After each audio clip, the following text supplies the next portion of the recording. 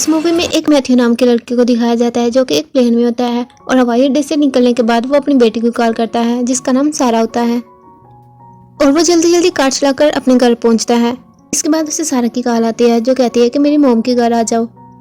अब इसके बाद मैथ्यू सीधे अपनी वाइफ के घर जाता है जहाँ पर वो अपनी बेटी से मिलता है और वहाँ हमें पता चलता है कि सारा को कोई बीमारी होती है जिस वजह से उसे पूरी प्रोटेक्शन में रखा होता है। फिर वो अपनी वाइफ के पास आता है और उसे बताता है कि वो अपने इंटरव्यू के लिए मर्ज से नहीं बल्कि कनाडा गया था और वहाँ उसने सारा के इलाज के लिए एक डॉक्टर को ढूंढा है और वो डॉक्टर इसका इलाज करने के लिए तैयार है। मैथ्यू उससे कहता है कि इसके इलाज के लिए अब उन लोगों को कनाडा जाना होगा, लेकिन उसकी वाइफ उससे कहती है कि ऐसा नहीं हो सकता, हम कनाडा नहीं जाएंगे क्योंकि मुझे पता है सारा की बीमारी का कोई इलाज नहीं। अब वहाँ पर एक भूकंप आता है जिस वजह से वहाँ की लाइट चली जाती है और सारा का कैप्सूल अब बैटरी पे चलने लगता है। सारा फौरन अपने पापा को कॉल करती है। तभी मैथ्यू देखता है कि सभी लोग इधर उधर भाग रहे हैं। वो अपनी बेटी को कहता है कि बेटा तुम और तुम्हारी मॉम घर में ही रहें। अब वो देखता है कि जमीन से एक गैस निकल रही है जिस वजह से सभी लोग मर रहे हैं। अब वो फौरन अपने घर जाता है और अपनी बीवी से कहता है कि हमें सारा को यही छोड़कर कहीं दूर जाना होगा क्योंकि सारा जिसके अंदर रह रही है वो जगह बिल्कुल सेफ है, वहां तक हवा नहीं जा सकती। फिर मैथ्यू अपनी बीवी के साथ बिल्डिंग की सबसे ऊपर वाले अपार्टमेंट में पहुंच जाते हैं। वहां जाकर मैथ्यू एक खिड़की से देखता है कि धुंध छत तक पहुंच चुकी है लेकिन छत के ऊपर अब नहीं आ रही। मैथ्यू उनसे एक कपड़ा मांगता है जिससे वो सभी सुराखों को बंद कर सके। अब बाद में वो खिड़की के बाहर आते हैं तो क्या देखते हैं कि पूरा शहर धुंध से ढक चुका है। मैथ्यू सोचने लगता कि आखिर ये धुंध आई कहाँ से। इसके बाद वो भी अंदर चले जाते हैं कि कहीं वो भी इस धुएं से इफेक्ट ना हो जाए। मैथ्यू की बीवी उसे बताती है कि अन्ना की कैप्सूल की बैटरी भी खत्म होने वाली है, इससे पहले हमें कुछ न कुछ जरूर करना होगा। अब मैथ्यू धुंध का हाल जानने के लिए हॉल में आता है। वो दोबारा अंदर आ जाता है जहां अन्ना उस पुराने रेडियो को सही करने की कोशिश कर रही है जो उन्हें वहां पर मिला था। वो अपनी बीवी से कहता है कि मुझे अपनी बेटी को देखने के लिए घर जाना है, लेकिन उसकी बीवी कहती है तुम इतनी लंबी सांस कैसे रोक सकते हो। मैथ्यू को एक ऑक्सीजन टैंक मिलता है। वो सोचता है क्यों ना मैं इस टैंक का इस्तेमाल कर अपनी बेटी के पास चला जाऊं। वो उस ऑक्सीजन टैंक को पहनकर सारा के पास आता है और उसके कैप्सूल की बैटरी चेंज कर देता है। जैसे ही मैथ्यू घर से बाहर आता है तो उससे बहुत से लोग नजर आते हैं। वो उन लोगों से एक मास्क लेकर घर आ जाता है। सुबह जब मैथ्यू की आंख खुलती है तो क्या देखता है कि अन्ना अभी भी रेडियो को सही कर रही होती है। फिर अचानक से उन्हें बाहर से एक धमाके की आवाज़ सुनाई देती है। ये देखने के लिए वो दोनों छत पे जाते हैं।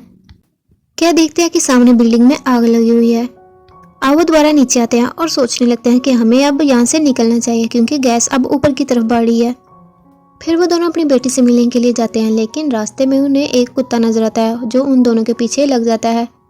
अब उस कुत्ते से भागते भागते वो दोनों एक दूसरे से अलग हो जाते हैं। अब मैथ्यू भागते भागते एक नदी में गिर जाता है। अब दूसरी तरफ अन्ना एक कार के पीछे छुपी होती है। अब अन्ना मैथ्यू को ढूंढने के लिए नदी के पास जाती है, लेकिन उसे मैथ्यू वहाँ नजर नहीं आता और वो सड़कों पे उसे ढूंढने लगती है। मैथ्यू तैरकर बाहर आ जाता है और जमीन पर पड़ी एक बॉडी के साथ अपने कपड़े चेंज कर लेता है। अन्ना जैसे ही लैब में जाती है तो उसे मैथ्यू नजर आ जाता है। वो दोनों एक दूसरे से मिलकर बहुत खुश होते हैं। अब लैब के अंदर उन्हें काफ़ी ज़्यादा लाशें नजर आती हैं और एक जगह पर आग भी लगी हुई थी, लेकिन वो तब तक चलते रहते हैं जब तक उन्हें कोई सूट नहीं मिल जाता। और सूट मिलते ही वो उसे वहाँ से लेकर निकल रहे होते हैं, लेकिन वहाँ पर एक धमाका हो जाता है जिस वजह से वो दोनों दीवार से टकरा जाते हैं और इसी दौरान मैथ्यू की बॉडी पर आग लग जाती है। तभी अन्ना जैसे तैसे करके उस आग को बुझा लेती है। अब अन्ना देखते हैं कि उसके हस्बैंड को सांस लेने में प्रॉब्लम हो रही है क्योंकि उस धमाके की वजह से उसका ऑक्सीजन टैंक टूट गया था। अब अन्ना उसके साथ अपना ऑक्सीजन टैंक बांटना शुरू कर देती है। फिर वो एक कमरे में जाते हैं जहां अन्ना को पता चलता है कि मैथ्यू की बॉडी का एक हिस्सा जल चुका है। देखकर अन्ना मेडिसिन ढूंढने जाती है। जब उसे मेडिसिन मिल जाती है तो दोबारा अपने हस्बैंड के पास आती है और उसकी बॉडी पर वो मेडिसिन लगा देती है।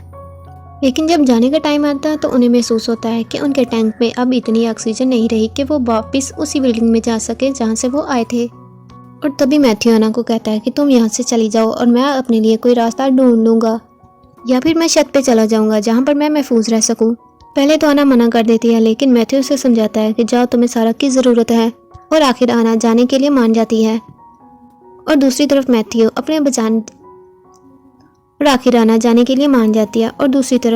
अपने जान बचाने के लिए छत पर चला जाता है। अब घर जाकर अन्ना को पता चलता है कि जो सामान वो लेके आई है वो धमाके की वजह से सारा जल चुका है। दूसरी तरफ मैथ्यू को छत पर एक रस्सी मिलती है और वो उस रस्सी के जरिए एक दूसरी छत पर चढ़ जाता है। वो एक बिल्डिंग के अंदर जाता है जहाँ उसे ऑक्सीजन टैंक और एक गन मिलती है।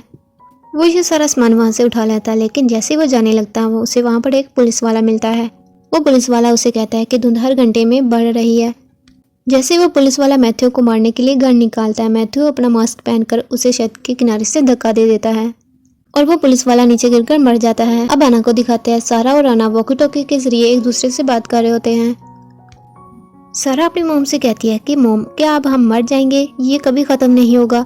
लेकिन आना उसे कहती है कि नहीं, मैं इन बातों को नहीं मानती। मैं एक साइंटिस्ट हूँ और मुझे नहीं लगता कि ये धुन किसी के जादू की वजह से हुई है।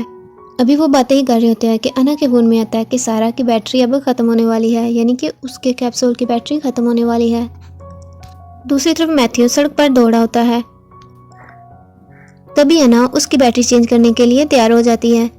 अब अना अपनी जान की परवाह किए बगैर सारा के पास पहुंच जाते हैं, जिसकी बैटरी ऑलमोस्ट खत्म हो चुकी थी। और सारा देखते है कि उसकी माँ ने मास्क नहीं पहना है, जिस वजह से बहुत ज़्यादा परेशान हो जाती है। लेकिन अना का ध्यान सारा उसकी बैटरी चेंज करने पर होता है। जैसे वो बैटरी चेंज करती है तो वो फ़ौरन वहाँ से भाग जाती है। लेकिन कुछ देर बाद वहाँ पर मैथ्यू आ जाता है।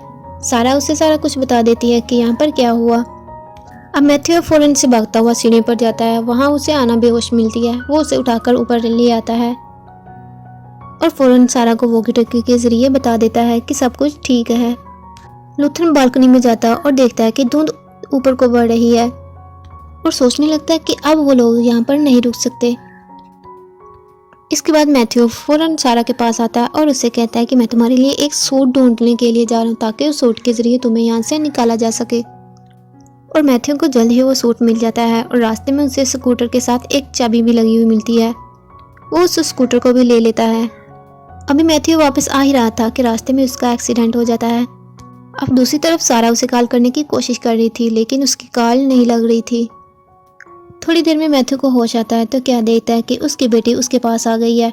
वो अपनी बेटी को कहता है कि तुम यहाँ पर क्या कर रहे हो, लेकिन उसकी बेटी कहती है कि पापा, हम बीमार हैं, इसलिए हम पर इस धुंध का असर नहीं हो सकता। ये सुनकर मैथ्यू बहुत ही खुश होता है। मैथ्यू उसके माथे पर किस करने के लिए थोड़ी देर के लिए अपना मास्क उतार देता है। मैथ्यू अपनी बेटी को गले लगाकर बहुत ही ज़्यादा खुश होता है और यहीं पर इस मूवी का एंड भी हो जाता है। अगर आपको हमारी मूवी अच्छी लगी हो तो हमारे चैनल को लाइक और सब्सक्राइब ज़रूर कीजिए।